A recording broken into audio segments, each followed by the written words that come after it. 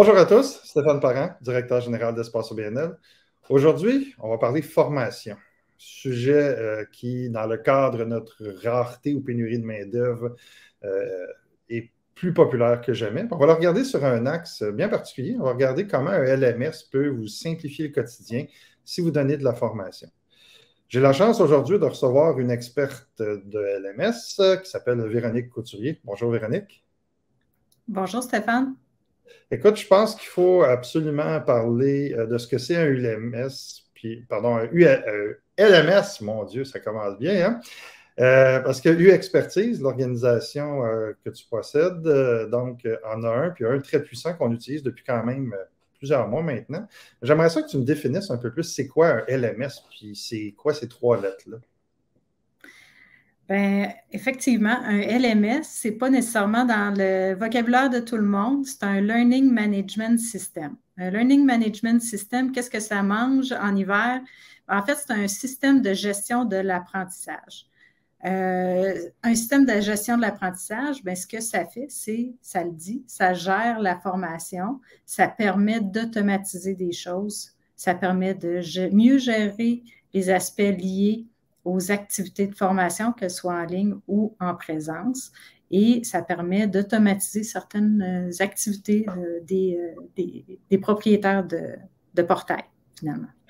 Donc, quand on parle de fonction, tu as dit en quelques phrases, là, je vois déjà, moi, le paquet d'affaires que ça peut faire, là, mais parle-moi des principales fonctions qui vont intéresser des gens qui donnent de la formation. Puis là, parlons de formation numérique, puis parlons de formation présentielle aussi, comment ça vient simplifier les deux univers, qu'on comprenne bien les deux écosystèmes là, qui, pour certains, sont différents, mais en réalité, c'est le même processus. Effectivement, il peut y avoir à la fois de la gestion exclusivement de formation traditionnelle en présence, mais il peut y avoir aussi la gestion de formations qui sont virtuelles, complètement autonomes. On parle dans ce cas-ci de asynchrone. Les formations qui sont gérées par des formateurs en présence ou en virtuel, on parle de synchrone.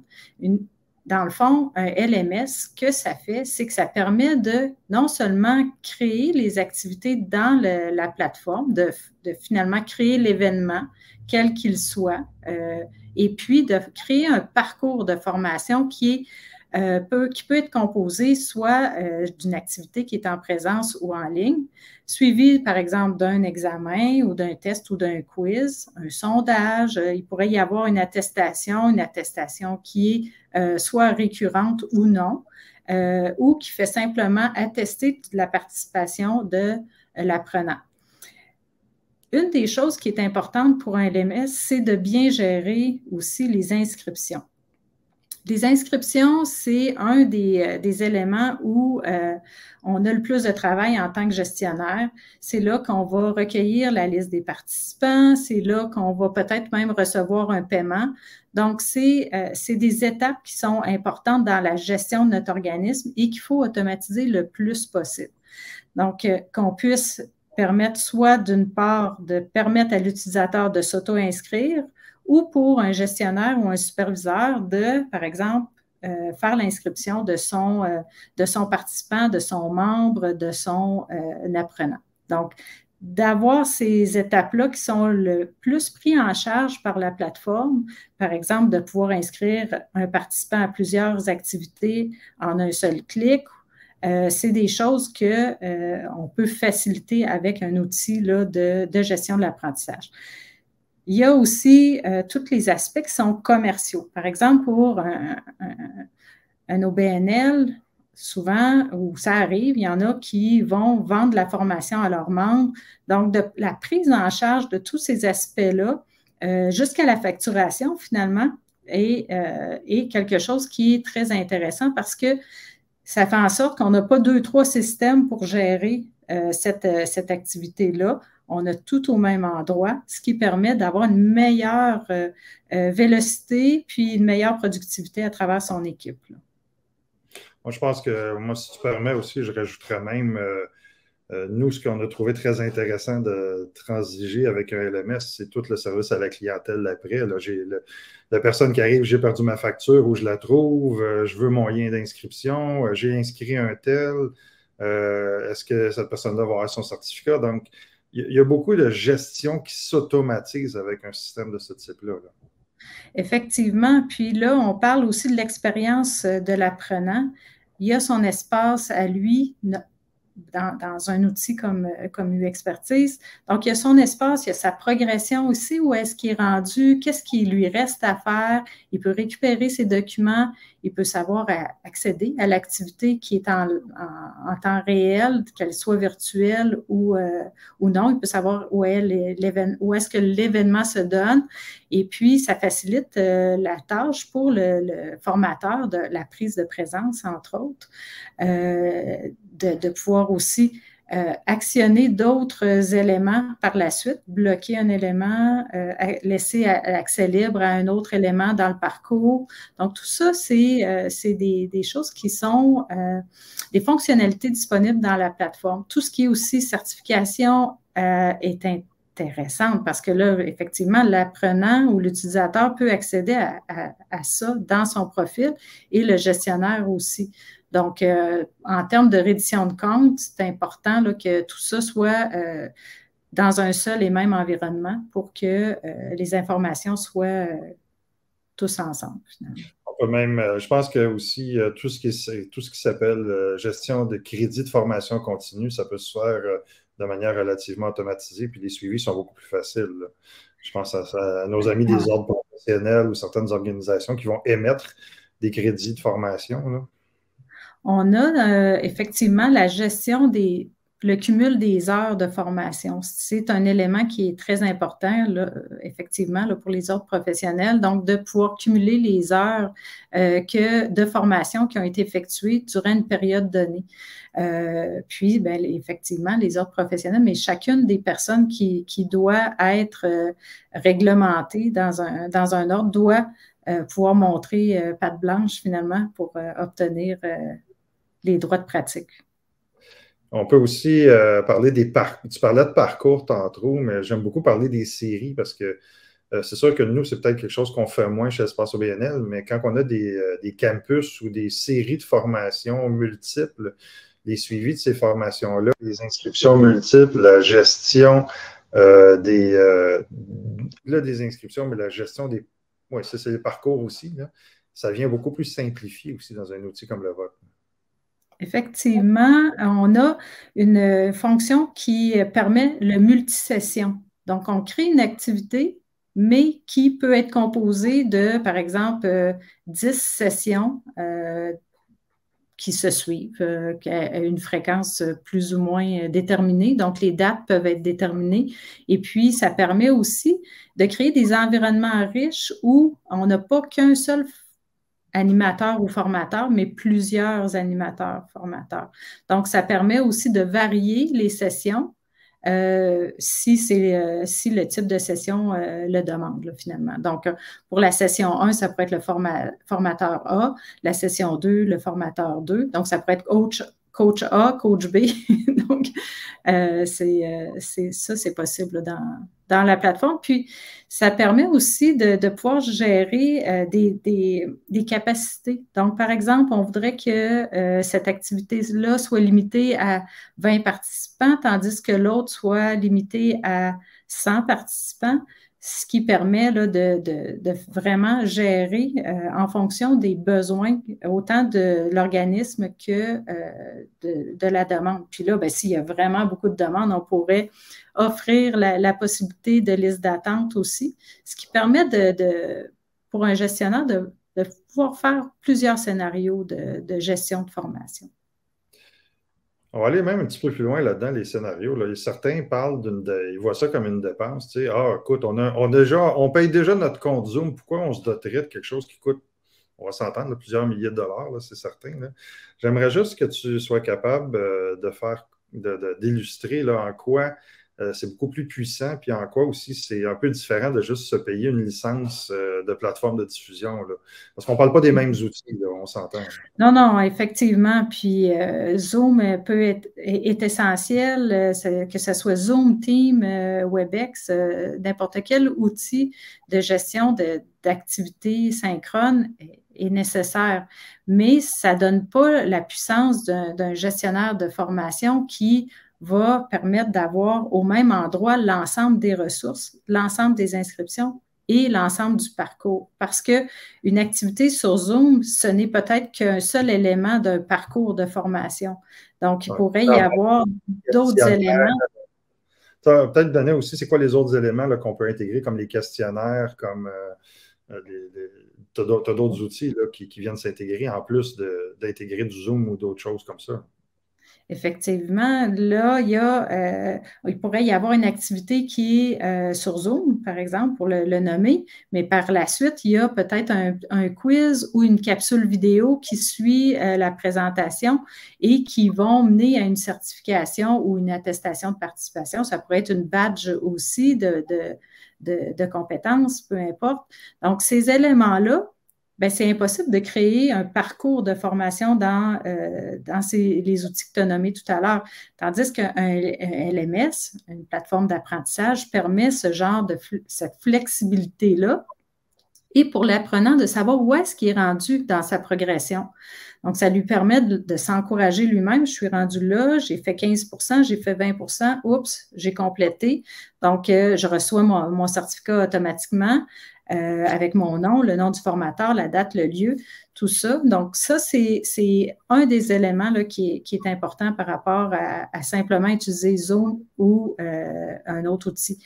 Mais ce n'est pas que ça. C'est que pour la gestion des présences, on peut penser que oui, si on fait toutes ces activités sur Zoom, il va y avoir une seule activité. Mais s'il y en a 10, comment on gère l'ensemble des présences de toutes ces activités-là? Donc, il faut colliger toutes ces informations-là dans un fichier Excel. Ça se fait tout seul là, à ce moment-là dans UXpertise. Tous les rapports de suivi, de progression, d'assistance, les résultats aussi qu'on peut obtenir à travers les différents quiz, ça peut être de savoir aussi que cette personne-là avait un parcours de 3 ou 4 ou 5 ou 10 formations à suivre, elle les a complétées. Donc, d'avoir dans un seul et même endroit ces informations-là, non seulement pour une date donnée, mais à travers le temps aussi, parce qu'on pourrait revenir dans un an passé, qu'est-ce que cette personne a réalisé?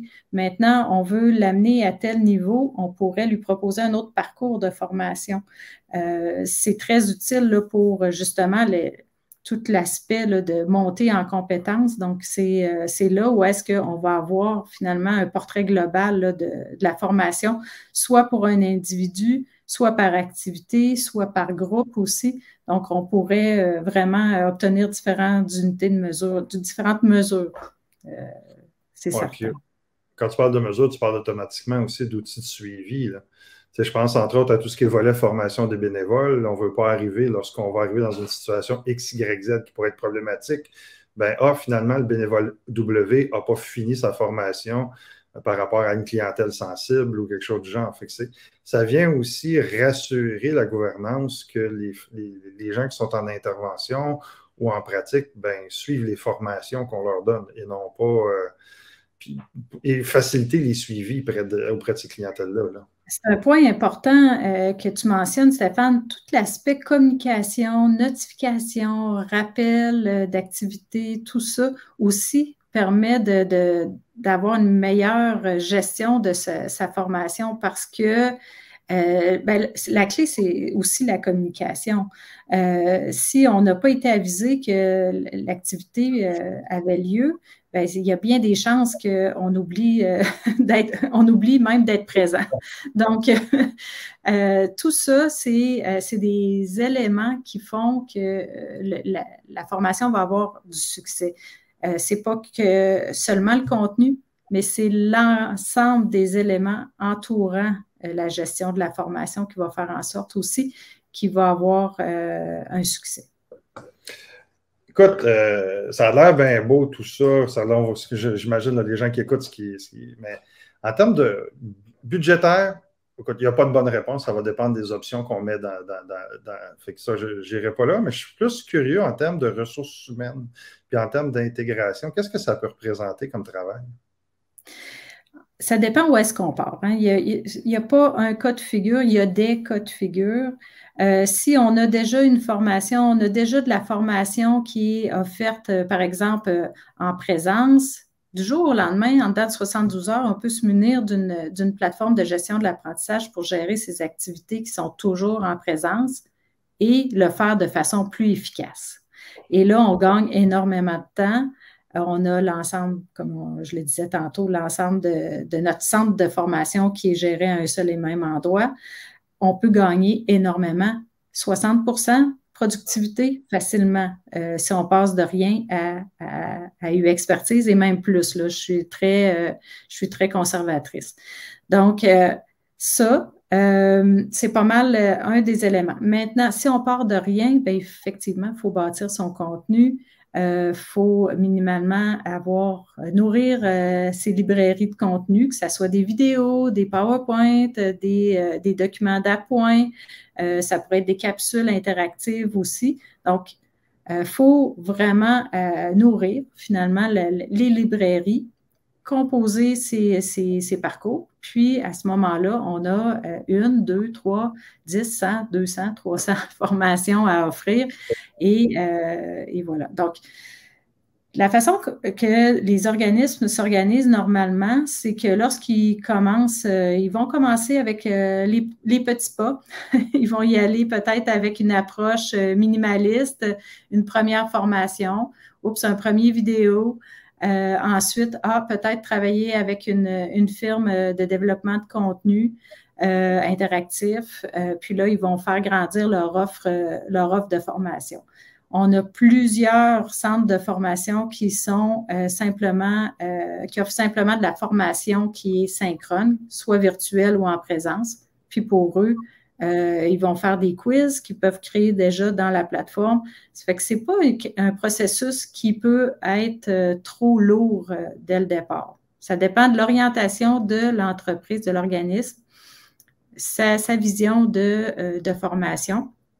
On en a qui vont tout simplement mettre le manuel de l'employé comme premier élément sur la plateforme, puis ça va être parce qu'il y a beaucoup de roulements, c'est l'élément le plus important. Donc, on peut y aller de façon très petite, comme on peut y aller avec une grande offre de formation, plusieurs activités variées et bâtir son catalogue de formation. Il y a, pour souvent des OBNL, souvent, ils ont une équipe restreinte, il faut le dire. Donc, ils peuvent aller chercher du soutien du côté du fournisseur pour les accompagner, pour faire la mise en place ou la première mise en route de la plateforme pour les images, par exemple, créer les premiers parcours, tout ça. Donc, ça peut être une bonne idée aussi pour une mise en route rapide. Écoute, je suis curieux de t'entendre sur aussi comment est-ce qu'on peut augmenter nos revenus avec un outil LMS. Ça, c'est vrai qu'on a toute une façon là, de pouvoir accroître ses revenus avec une plateforme parce que souvent, ce qu'on voit, c'est que la formation va être cachée derrière un système, même pas publicisé, même pas montré de façon publique. Donc, la plateforme, ce qu'elle permet, c'est non seulement d'avoir un catalogue de formation, mais aussi d'avoir une vitrine marketing qui permet de mettre de l'avant des messages, mais aussi les formations. Ce qui est important, c'est d'avoir des outils qui vont nous permettre aussi de partager sur les réseaux sociaux, qui vont nous permettre de facilement faire ces actions-là. Ce qui permet aussi de bien gérer ou de bien faire croître un centre de formation, c'est souvent une bonne gestion des processus d'affaires, lesquels on en gère 1 puis 2 dans la plateforme. Donc, à ce niveau-là, on se colle à plusieurs modèles, mais aussi toute l'automatisation de l'inscription jusqu'au paiement. Tu en parlais tout à l'heure, la facture. Donc, de pouvoir s'assurer qu'on va pouvoir faire face à toutes les situations. Par exemple, la date de la formation change. Le formateur n'est plus disponible. le candidat participant est changé. Donc, tout ça, les outils dans une plateforme comme UXpertise permettent de faire face à ces situations-là et d'agir rapidement sans avoir à faire, OK, envoyer un courriel à aller chercher l'information ailleurs. Donc là, ça se fait automatiquement. On change le participant, l'autre participant est désinscrit, l'autre est inscrit. C'est tous des automatismes là, dans une plateforme de gestion d'apprentissage qu'il faut avoir. Fait en plus de l'augmentation des revenus, on peut parler aussi de la diminution des erreurs, comme étant quelque chose qui est vraiment... Ça, c'est certain. Si on pense à, par exemple, on va faire le paiement dans une plateforme, ensuite, on va transférer les participants dans la plateforme d'apprentissage. Le système on va envoyer papier par courrier les certificats où on va aller collecter les examens manuellement, rentrer les notes manuellement dans le système. C'est toutes des choses qu'on a vues avec tous nos clients et qui, finalement, on a une réduction importante là, des erreurs, c'est certain. Des erreurs possibles. L'humain reste l'humain aussi, fait que le plus souvent où on peut le retirer de l'équation, moins on a d'erreurs aussi dans certains cas.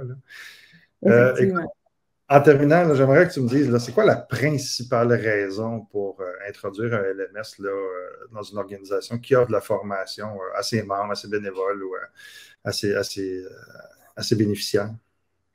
Je vais donner deux réponses parce qu'il y a le volet de l'apprenant puis il y a le volet du gestionnaire. Donc, le gestionnaire veut être plus efficace, il veut être vu, il veut automatiser ses opérations. Il veut avoir aussi beaucoup d'informations sur des rapports de progression, qui a suivi quoi, quand, et être à jour, pouvoir donner des rapports à qui il a besoin de les donner.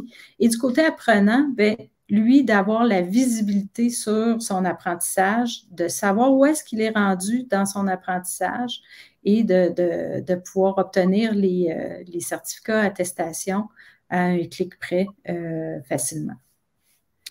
Véronique, un gros merci. Écoute, moi, je trouve que c'est un outil essentiel. Là. Moi, je ne m'en passerai plus. J'espère que vous avez apprécié. Je vous souhaite une bonne fin de journée et à la prochaine.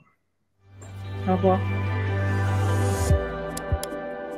Puisque vous avez visionné notre vidéo jusqu'à la toute fin, nous vous invitons à visiter notre compte YouTube pour du nouveau contenu à tous les mois. Nous créons des capsules avec des personnes inspirantes pour rapprocher, inspirer et informer les gestionnaires d'OBNL de tous les milieux.